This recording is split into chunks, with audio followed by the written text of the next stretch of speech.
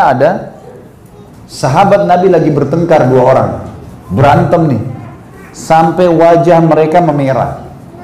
Maka kata Nabi SAW, saya tahu kalimat yang kalau salah satunya atau keduanya ucapkan, hilang marah mereka.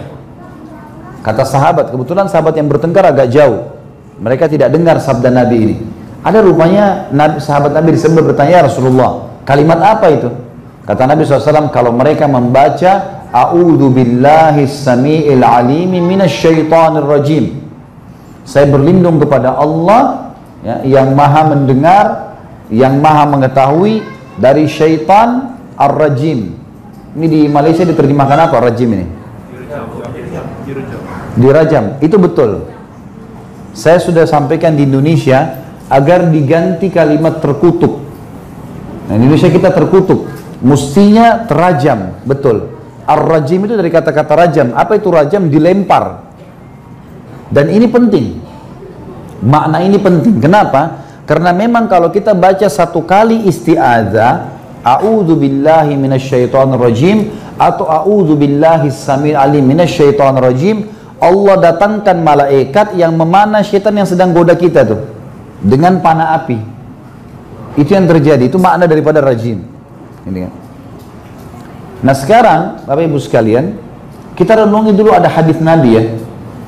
Pernah di zaman Nabi Muhammad SAW ada meteor jatuh.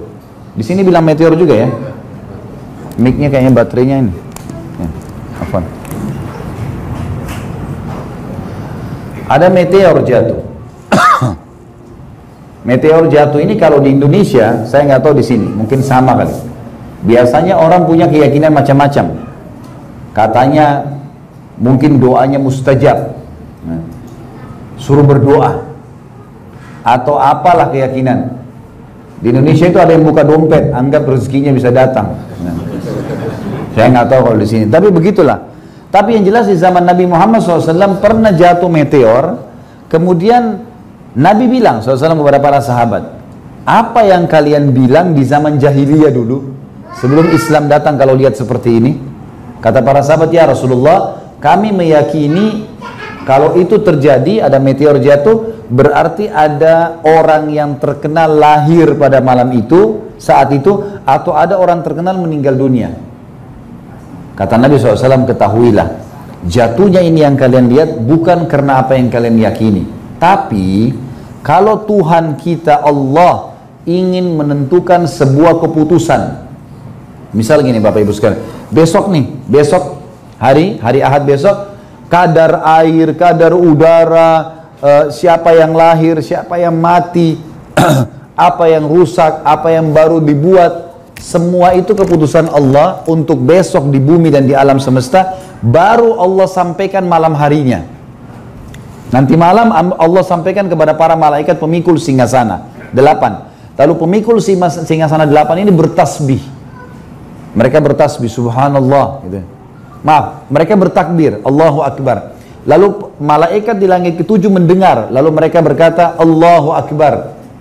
Dalam riwayat dikatakan bertasbih, subhanallah. Lalu malaikat langit ke-5 mendengar, langit ke-6 mendengar, langit ke-7 mereka bertasbih. Langit ke-5 mendengar, langit ke-6 mereka bertasbih sampai ke langit pertama. Semuanya malaikat bertasbih. Kemudian mereka bertanya kepada malaikat pemikul singgasana, apa keputusan Tuhan kita untuk besok nih?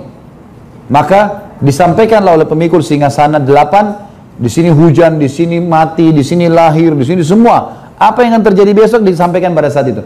Jadi malaikat di langit pun tidak tahu besok terjadi apa kecuali nanti malam. Gak ada yang tahu gaib kecuali Allah nih. Nah kata Nabi SAW, syaitan susun-susun badannya sampai ke langit pertama dengan hikmah Allah. Kemudian mereka mencuri informasi dari malaikat. Dengar, ini besok hujan di mana, siapa mati, siapa begini. Lalu mereka akan temukan banyak malaikat di langit-langit itu yang memanah mereka dengan anak-anak panah berapi. Dan itu dari bintang-bintang. Serpihan meteor itu, itulah anak panah malaikat. Sisa anak panah malaikat. Makanya dalam surah Al-Mulk Allah bilang tentang bintang apa? وَجَعَلْنَاهَا رُجُومًا لِلشَّيَاطِينَ. Dan kami jadikan itu sebagai rajam bagi syaitan-syaitan yang datang mendengar, gitu kan? Baik. Setan-setan yang lolos tidak sempat terbakar, mereka pulang menemui teman-teman mereka dari dukun-dukun itu. Ini di Indonesia saya sudah suruh luruskan ya. Dukun itu kan namanya nggak baik. Di Indonesia sekarang sering dikeroyokin tuh. Tahu dikeroyok ya? Didatangin, dipukulin. Dukun itu kalau ada di tengah-tengah masyarakat, ketahuan dukun, sekarang banyak dipukul-pukul oleh orang. Karena suka nipu ya. Suka nipu, suka bohong gitu ya. Dan memang itu alam mereka. Nah sekarang mereka ubah dukun ini, namanya di Indonesia diganti orang pintar. Nah, padahal ini orang bodoh gitu. Jadi saya bilang harus ganti Bapak Ibu sekarang orang tidak pintar. Jangan bilang orang pintar. Juga diganti nama lain, paranormal. Itu di atas normal ya. Mestinya orang tidak normal. Jangan salah nama. Karena itu terkelabui banyak orang, gitu kan? Orang banyak menganggap ini pengobatan yang boleh saja. Kalau dukun mereka tahu nggak boleh, tapi karena namanya diubah mereka ke sana. Gitu. Yang jelas, setan-setan ini akan kembali, kemudian mereka akan berkata kepada dukun-dukun ini, kata Nabi Muhammad SAW, kalau dukun tahu hadis ini mereka akan berhenti jadi dukun tuh. Kata Nabi SAW, dan setan-setan itu akan berbohong. Dari 100 informasi yang disampaikan kepada dukun-dukun itu, 99-nya dusta. Hanya satu yang benar. Itu pun yang benar karena dia curi informasi, bukan karena dia tahu. Jadi kasuistiknya adalah meteor itu memang rajam. Kembali kepada hadis tadi teman-teman sekalian.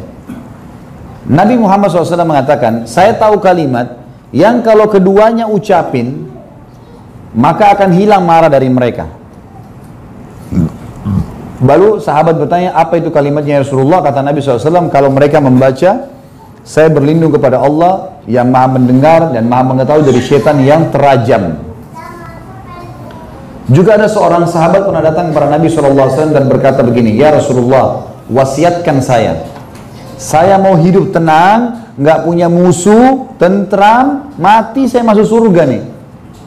Kata Nabi, jangan kau emosi. Apalagi ya Rasulullah, jangan kau emosi. Apalagi ya Rasulullah, jangan kau emosi. Karena itu membuka pintu syaitan. Orang kalau marah, buyar semua idenya. Udah nggak ada idenya, buyar semua. Kata-katanya jadi kasar, matanya jadi melotot, tangannya jadi melayang. Nggak ada manfaat emosi. Orang kalau belajar bela diri, itu sering disuruh kontrol emosinya. Karena biar dia hebat bela diri, jurusnya banyak, kalau lagi emosi hilang semua tuh. Nggak boleh emosi dia. Jadi itu memang pintu syaitan. Baik.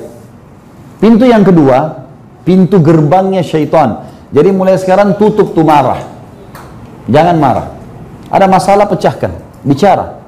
Yang benar memaafkan, yang salah minta maaf.